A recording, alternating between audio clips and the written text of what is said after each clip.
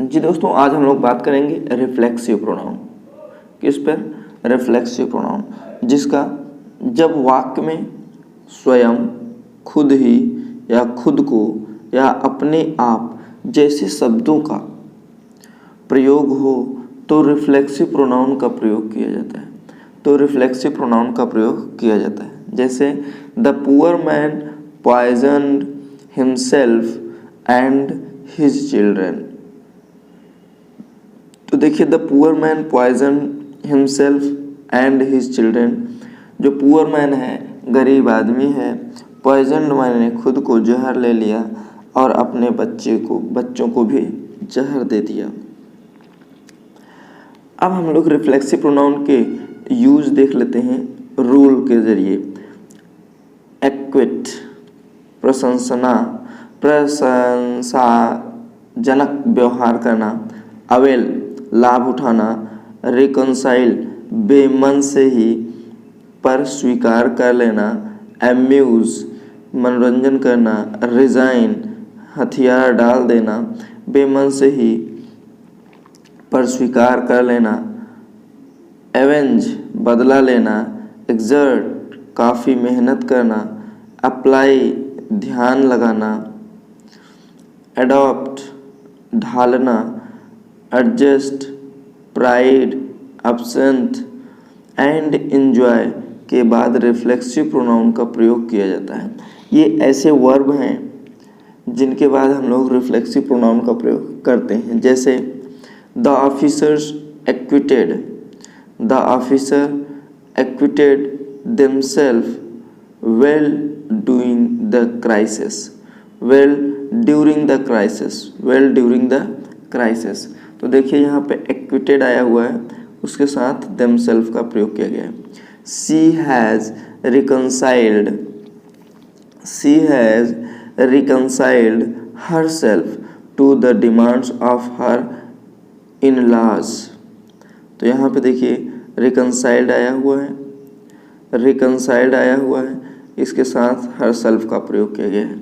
The students exert themselves a lot at the time of examination। You will have to apply yourself। तो देखिए, apply आया है तो yourself का प्रयोग किया गया है to this task whole hearing। I pride,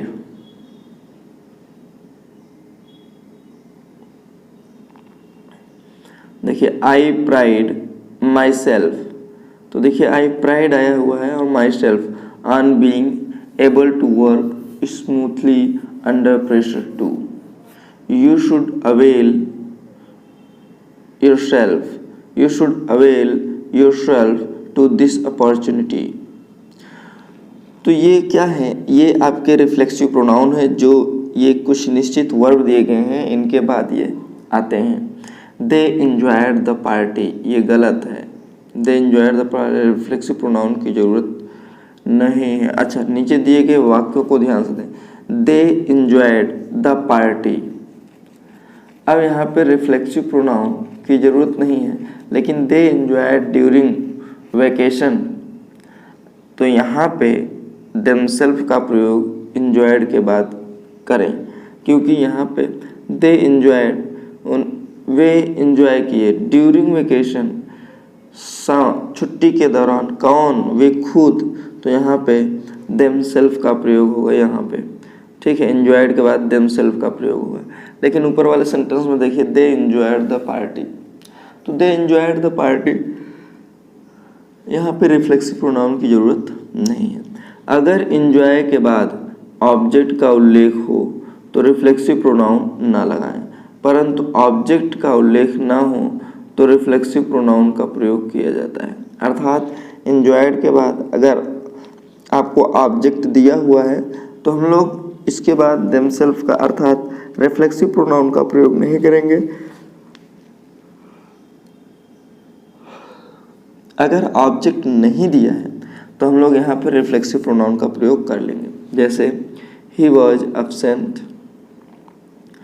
तो देखिए ही वॉज एब्सेंट, ये तो ठीक है। ही एब्सेंटेड हिमसेल्फ, ये भी सही है। ठीक है। अगर अब्सेंट का वर्ब के रूप में हो, अगर अब्सेंट वर्ब के रूप में हो तो ही रिफ्लेक्सिव प्रोनाउन का प्रयोग करें। ये वर्ब रहेगा अब्सेंट वर्ब रहेगा तभी रिफ्लेक्सिव प्रोनाउन का प्रयोग करना है। अदरवाइज यहाँ पे देखिए नाउन का प्रयोग हुआ है ना, यहाँ पे ये नाउन की जगह यूज हुआ है, तो इसलिए यहाँ पे रिफ्लेक्सिव प्रोनाउन का प्रयोग नहीं करना है। ठीक, चलिए आगे हम लोग चलते रहें।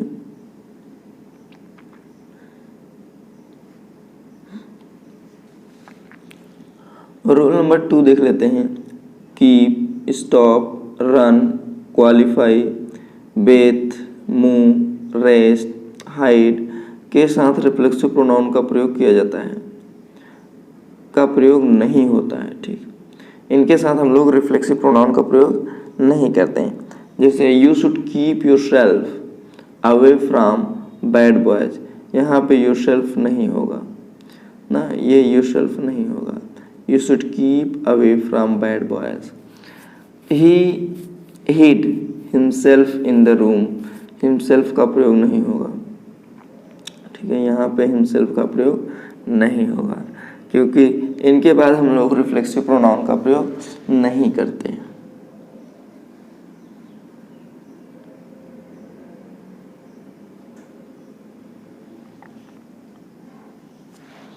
रूल नंबर 3 सब्जेक्ट अथवा ऑब्जेक्ट के रूप में रिफ्लेक्सिव प्रोनाउंस का प्रयोग तब तक नहीं हो सकता जब तक इसके पहले संबंधित नाउन या प्रोनाउन का उल्लेख ना हो। सब्जेक्ट या ऑब्जेक्ट के रूप में रिफ्लेक्सिव प्रोनाउन का प्रयोग तब तक नहीं हो सकता जब तक उसके पहले संबंधित नाउन या प्रोनाउन का उल्लेख ना हो। जैसे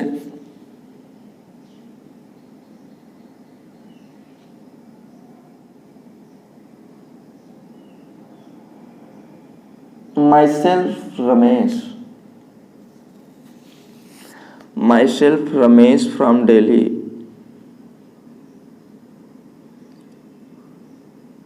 myself Ramesh from Delhi। तो myself के स्थान पे I am का प्रयोग करें, I am का प्रयोग करें। I am Ramesh from Delhi, तो माई सेल्फ का प्रयोग नहीं किया जाता है। यहाँ पे माई सेल्फ नहीं होगा, I am Ramesh from Delhi होगा। Yourself and he reached there in time, yourself नहीं होगा, यहाँ पे यू का प्रयोग किया जाएगा। किसका प्रयोग किया जाएगा? यू। यहाँ पे ये नहीं होगा, यहाँ पे हम लोग यू का प्रयोग करेंगे। तीसरे में देख लेते हैं I myself did this work, ये सही है आपका। I myself did this work. Rohit will do this work for my self,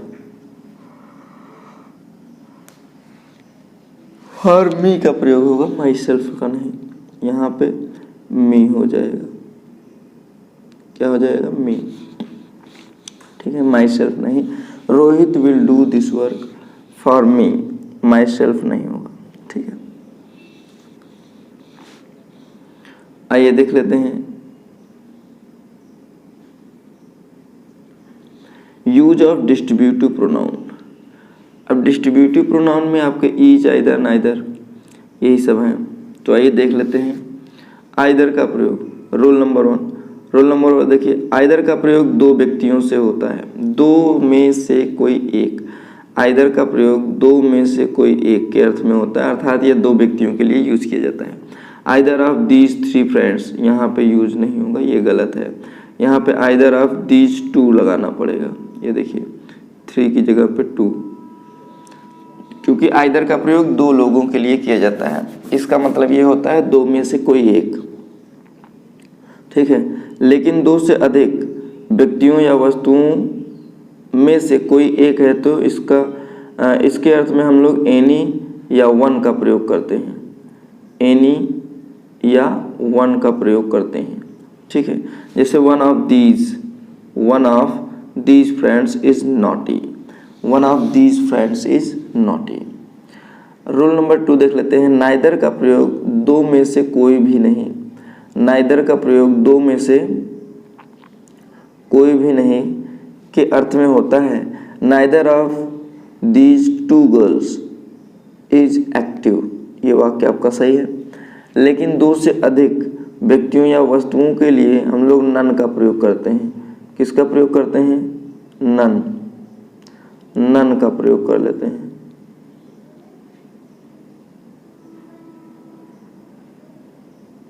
none का प्रयोग करते हैं, ठीक। Neither of his 4 sons looked after him. Neither of 4 sons नहीं होगा, तो यहाँ पे या तो यहाँ पे हम लोग 4 sons रहने दें, तो यहाँ पे नाइदर की जगह पे none of his 4 sons looked after, ठीक है। तो इस तरीके से करते हैं। डिस्ट्रीब्यूटिव प्रोनाउन में 2 आते हैं, आइदर, नाइदर, ईच, एवरी भी आता है, बट यहाँ पे जिक्र नहीं है।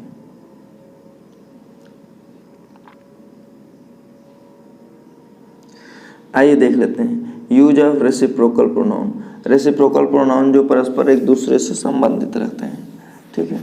जैसे ईच अदर, वन अनदर, ये रेसिप्रोकल प्रोनाउन कहलाते हैं। ईच अदर, वन अनदर, ये पारस्परिक संबंध को व्यक्त करते हैं। रूल नंबर 1 देख लेते हैं। ईच अदर का प्रयोग दो व्यक्तियों या वस्तुओं के लिए किया जाता है। वन अनदर का प्रयोग दो या दो से अधिक व्यक्तियों या वस्तुओं के लिए किया जाता है, ठीक। जैसे he was so afraid that his knees knocked one another को each other से देखिए, he was so afraid that his knees knocked one another। अच्छा, his knees, तो his knees उसके 2 घुटने हैं। घुटने कितने हैं? 2 हैं, इसलिए यहाँ पे वन अनदर का प्रयोग नहीं होगा, ईच अदर का प्रयोग होगा। किसका होगा? ईच अदर, ठीक। ईच अदर का प्रयोग करेंगे हम लोग, वन अदर का प्रयोग नहीं करेंगे।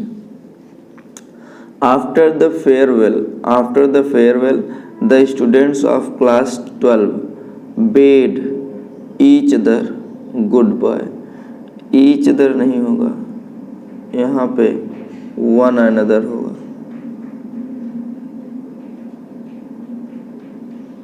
वन अनदर होगा, ईच अदर नहीं होगा, ठीक। आगे देख लेते हैं।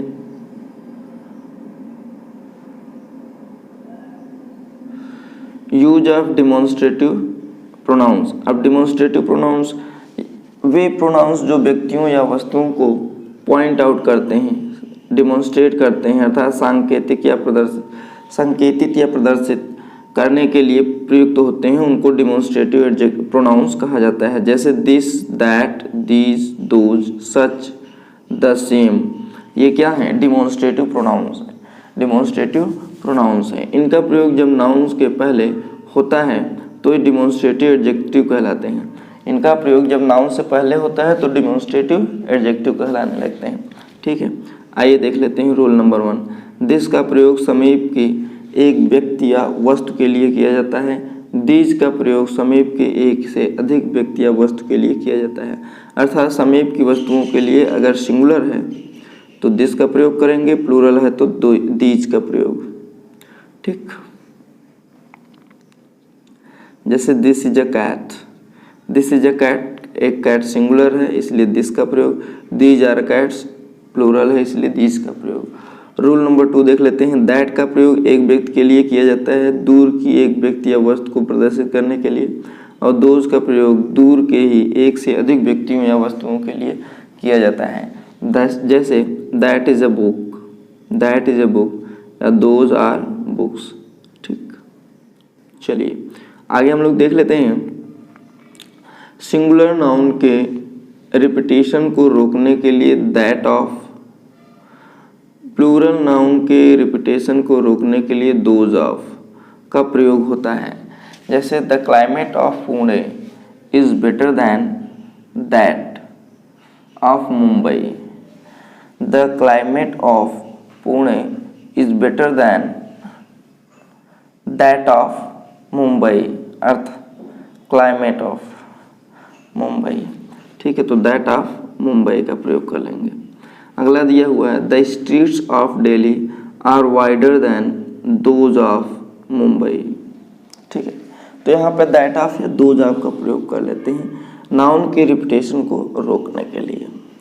अगला रूल देख लेते हैं, रूल नंबर 5, किसी सेंटेंस में सिंगुलर काउंटेबल नाउन को दोबारा लिखने से बचने के लिए वन का प्रयोग होता है, जबकि प्लूरल काउंटेबल नाउन को दोबारा लिखने से रोकने के लिए वंस का प्रयोग होता है, न कि वंस का, ठीक है।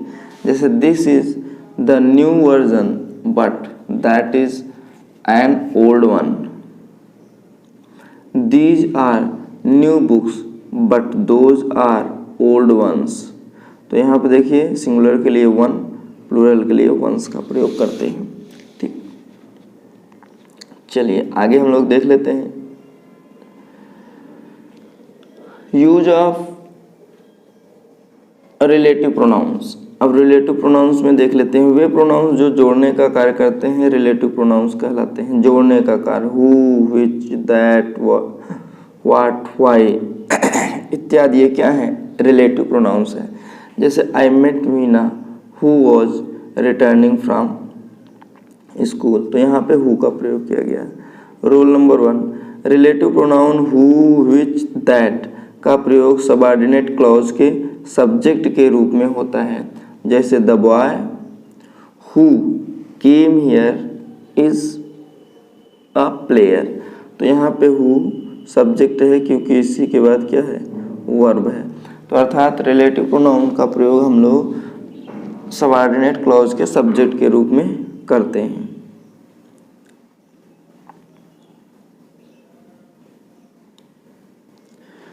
अगला रूल देखते हैं, relative pronouns who, which, that का प्रयोग सबऑर्डिनेट क्लॉज के वर्ब के ऑब्जेक्ट के अनुसार करते हैं, ऑब्जेक्ट के रूप में भी करते हैं। जैसे I have a son whom I love very much, I have a son whom I love very much, तो यहाँ पे ऑब्जेक्ट का कार्य कर रहा है, ठीक है, और ये वर्ब है love.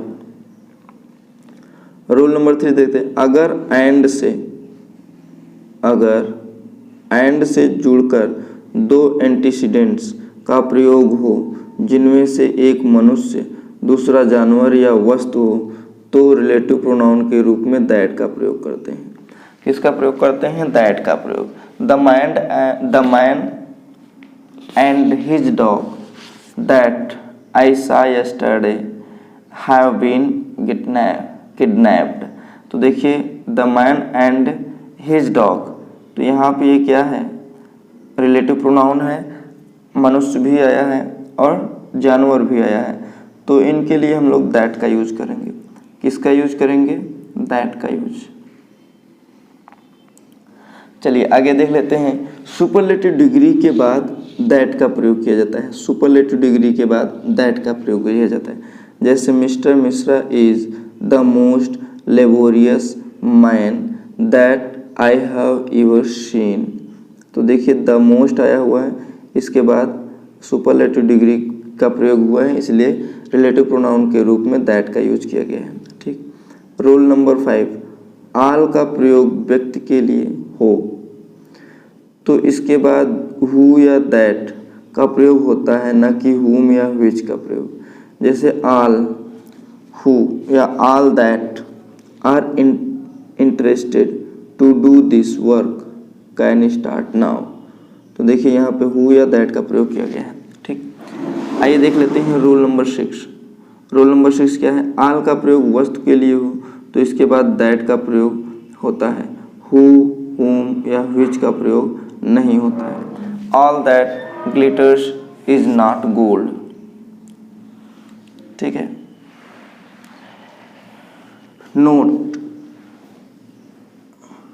All plus uncountable noun के बाद दैट का प्रयोग होता है। ऑल प्लस अनकाउंटेबल नाउन के बाद हम लोग दैट का प्रयोग कर लेते हैं। जैसे all the money that I gave her has been spent, तो देखिए ऑल के बाद अनकाउंटेबल नाउन आया है, इसलिए दैट का प्रयोग हुआ है। किसका प्रयोग हुआ है? दैट का प्रयोग। आइए अगला हम देख लेते हैं रूल नंबर 7। रूल नंबर 7 क्या है? Everything, nothing, the only, any, all, everyone, no one, none, no, nobody, much, little, the same, the few, the little के बाद दैट का प्रयोग होता है। जैसे my father has given me everything that I needed, this is the only pen that I bought yesterday, my wife has spent the little money that I gave her. तो देखिए ये सब वर्ड आए हैं, इनके बाद हम लोग दैट का प्रयोग कर लेते हैं। रूल नंबर 8, वर्ब के स्पष्ट रहने पर द सेम प्लस नाउन के बाद दैट का प्रयोग करते हैं। जैसे this is the same man, this is the same man that deceived me, this is the same man that deceived me. तो यहाँ पे वर्ब के स्पष्ट होने पर द सेम प्लस नाउन के बाद दैट का प्रयोग किया जाता है। ठीक, आइए देख लेते हैं यूज ऑफ इंट्रोगेटिव प्रोनाउंस। अब इंट्रोगेटिव प्रोनाउन क्या होते हैं? वे प्रोनाउन जो प्रश्न पूछने का कार्य करते हैं इंट्रोगेटिव प्रोनाउन कहलाते हैं। जैसे हु, हुम, हुज, व्हिच, ये इंट्रोगेटिव प्रोनाउंस है। ये क्या है? इंट्रोगेटिव प्रोनाउंस है। रूल नंबर ए देख लेते हैं। ए बी सी को ध्यान से देखिए। हु का प्रयोग सब्जेक्ट का पता करने के लिए किया जाता है। हु का प्रयोग सब्जेक्ट का पता करने के लिए किया जाता है। हु इज प्लेइंग ना, हु इज प्लेइंग। हुम का प्रयोग ऑब्जेक्ट का पता करने के लिए किया जाता है। ऑब्जेक्ट, हुम हैज ही इनवाइटेड, हुम हैज ही इनवाइटेड, उसने किसको इनवाइट किया। तो यहाँ पे देखिए हुम का प्रयोग ऑब्जेक्ट का पता करने के लिए किया जाता है। हुज का प्रयोग मालिक का पता करने के लिए किया जाता है। Whose book is this, whose book is this, अर्थात रिलेटिव प्रोनाउन का प्रयोग। रिलेटिव मतलब पजेसिव इंट्रोगेटिव कहलाएगा, ये पजेशन दिखाता है। रोल नंबर 2 देखिए। रोल नंबर 2 क्या होता है? प्रीपोजिशन प्लस हुम का प्रयोग होता है, लेकिन प्रीपोजिशन प्लस हु का प्रयोग नहीं होता है।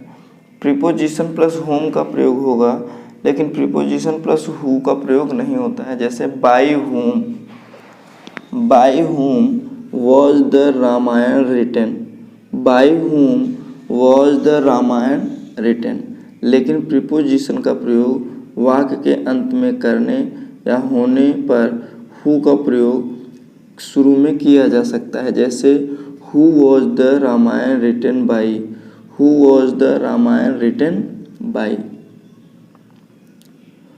अंतर देखिए, हु आर यू ये सही है। I don't know who are you, who you are ये गलत है, ये वाला सही है। I don't know who you are, समझ गए। रूल नंबर 3 देख लेते हैं। जब 2 या 2 से अधिक में से एक का चुनाव करना होता है तो व्हिच का प्रयोग करते हैं। किसका प्रयोग करते हैं? व्हिच का प्रयोग। Who is your brother in the crowd, नहीं, which is your brother in the crowd ये सही होगा। Which is your brother in the crowd.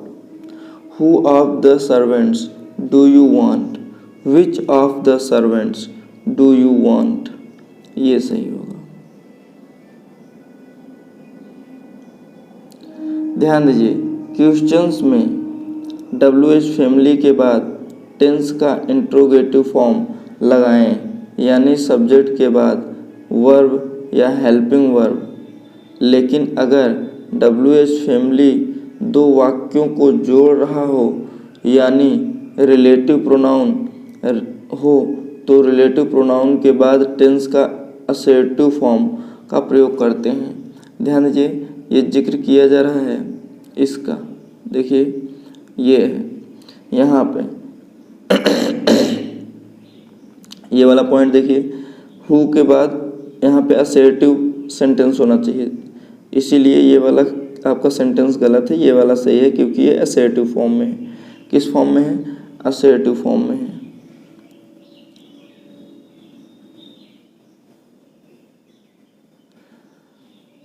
आइए देख लेते हैं, सब्जेक्ट के पहले हेल्पिंग वर्ब या वर्ब ना होना चाहिए था उसमें।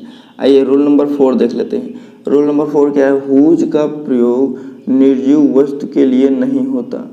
हुज का प्रयोग निर्जीव वस्तु के लिए नहीं होता। हुज बुक इज दिस, ये गलत हो जाएगा। This is the flower,